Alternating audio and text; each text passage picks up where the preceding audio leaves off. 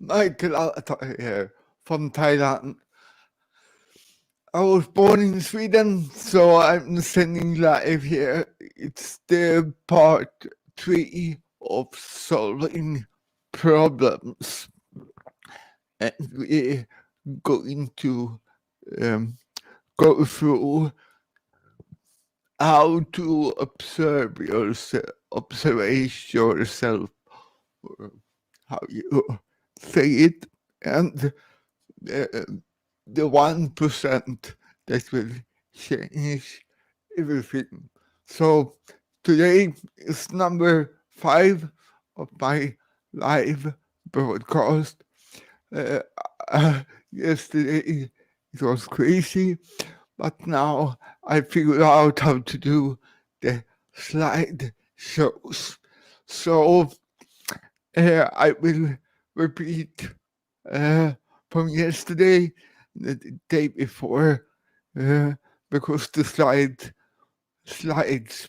picture slide wasn't there. So let's start with the slideshow. And in the end, I will tell a story about my first mentor. So let's start with slideshow. Solving problems. I'm a problem solver, and I just love solving problem for people. And there is like 2 parts.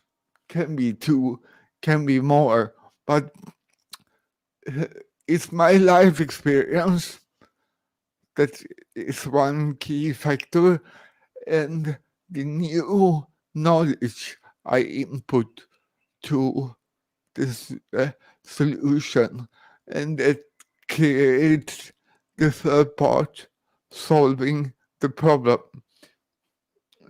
But when you're helping people, the problem isn't yours, it's their problem. So, and it's their life experience. And when I input new knowledge to the people, we solve kind of the problem, both of us. So it's not my solution, it's not their solution. It's like it's a completely like a third part solution up here.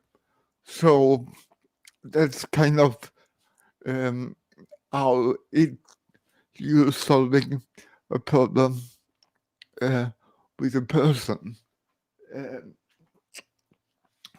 The classic explanation of problem is the iceberg. It's only the top of the surface that you see.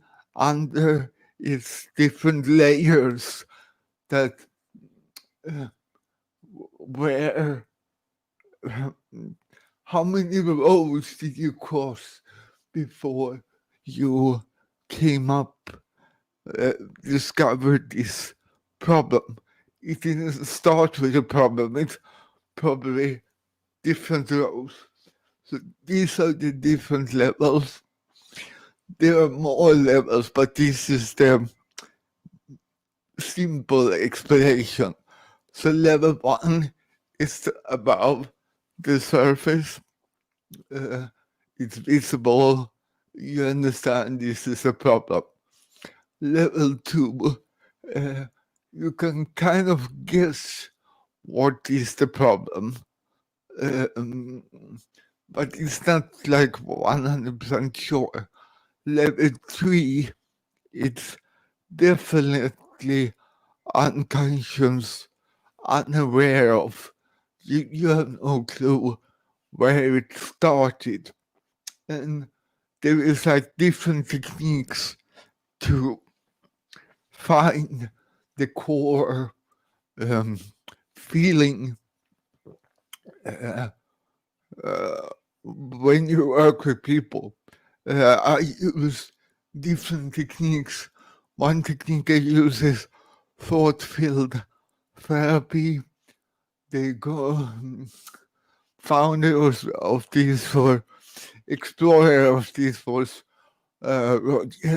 Callahan, and then you have EFT, and then you have TTT, and all these different uh, fields that came out of thought field therapy.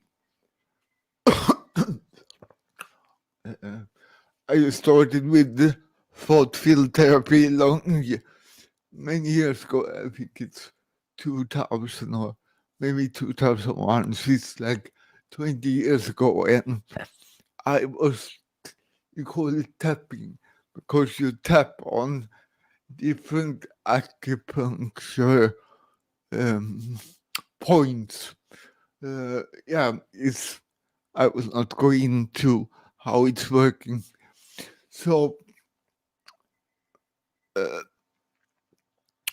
symbol of the pyramid is like inside there is like a chamber, like a center core of your life, and you build your life around it, and different parts, different solution, and when you end up with a problem, you need to find like the core, but it's not the core picture or core thing that happened. It's like the feeling, because it's the problem is not the problem. The problem is the feeling it's creating. It's like blocking the way of moving forward in life, blocking the way the emotions take over and you can't focus and you get like lost. So the problem maybe be in your childhood, maybe 10 weeks ago, maybe 15 years ago, but that's not the problem. The problem is the emotion that trigger the problem in the present. And if you can get hold of the feeling, the genuine feeling from the past and transform it, then you're like free. And then you can get tools, new tools to take steps through to your new world of prosperity or whatever you like it. This symbol is the pyramids, and it's a sandstorm coming, and the sandstorm is only scratches the surface. It never goes inside the core. So this is a symbol. I want to talk about how to find these things. And what I teach and I try to get people to do is really to observe themselves, how you react in different situations, what happened, how do you feel, are you hot, are you cold, are you sweating, or what happened in your body in different situations. And if you can find the part,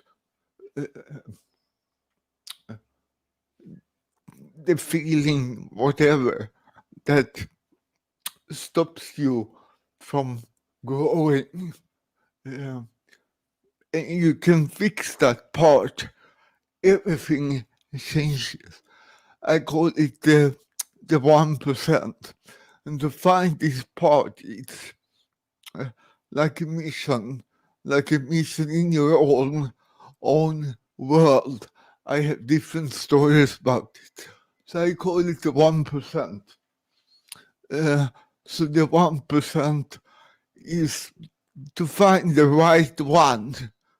I show you here the different part, but you really need to find the right part.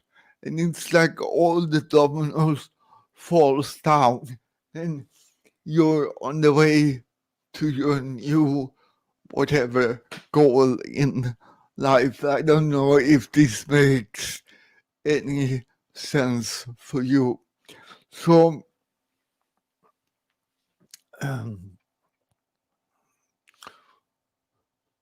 now I lost my track. So so the 1% is very important in my life. I will tell you a story now about my music teacher. Let's go back here and I will show the screen like this. So my music teacher, Abdel Rashman El Khatib, he was my first mentor in my life. This was in the 74, 75, maybe. And I was, my hands was like this, and I want to be a drummer. It's a long story. So I ended up with this mentor, and he wrote the national anthem of Saudi Arabia in the 40s. So he was quite famous in the Arabic world. But he told me what he did when he wrote the anthem of Saudi Arabia.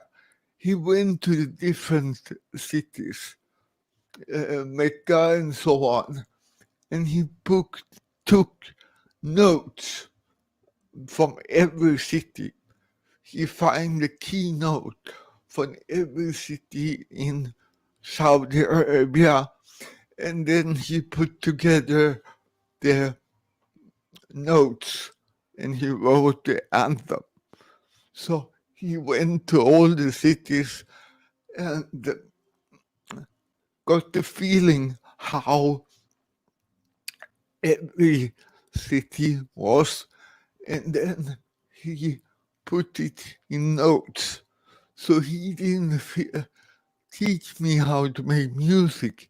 He teach me how to create notes from my life experience.